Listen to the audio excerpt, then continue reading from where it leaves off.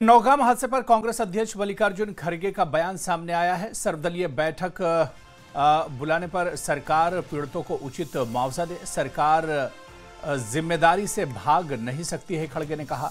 आतंकी खतरे पर गंभीरता से चर्चा जरूरी है, चर्चा के लिए सर्वदलीय बैठक बुलाए सरकार, आतंकियों को बाहरी ताकतों का समर्थन है।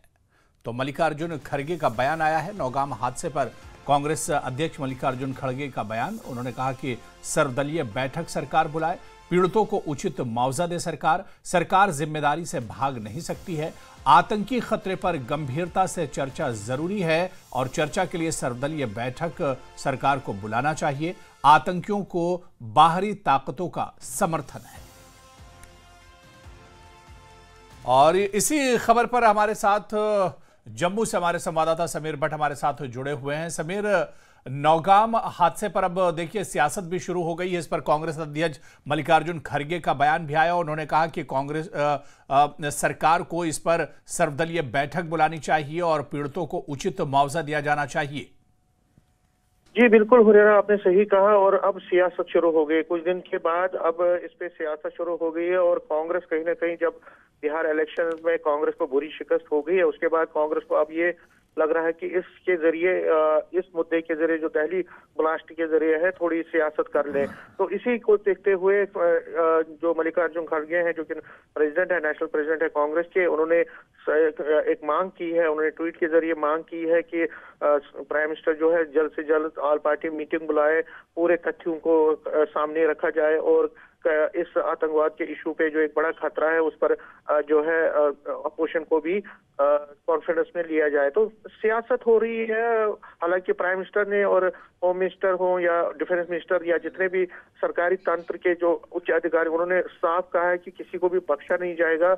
आतंकवादी हमले में जो भी कसूरवार हैं और उनके खिलाफ जो इस वक्त भी इन्वेस्टिगेशन भी चल रही है और रेड्स भी डिफरेंट एरियाज में पूरे जम्मू कश्मीर के साथ साथ पूरे इंडिया में चल रहे हैं। और जो कल्प्रिट्स हैं जिन्होंने ये किया है बड़ा आतंकवादी हमला, तो उनको बख्शा नहीं जाएगा। ऐसा पहले ही प्लेज प्राइम मिनिस्टर की तरफ से और होम मिनिस्टर की तरफ से भी किया गया। लेकिन कांग्रेस कहीं ना कहीं इस मुद्दे को हवा देने की कोशिश कर रही है और कहीं ना कहीं जो आज का ट्वीट है सर्वदलीय बैठक बुलाने का, वो रिफ्लेक्ट करता है कि कांग्रेस इस पे अब थोड़ी बहुत सियासत करना चाहती है और इस मुद्दे को उस मुद्दे के जरिए ये दिखाना चाहती है कि आतंकवाद जो है अभी भी एक बड़ा चैलेंज है और आतंकवाद पे जो सरकार कह रही है कि हम पूरी तरह से हम कंट्रोल कर रहे हैं, तो वो ऐसा है नहीं।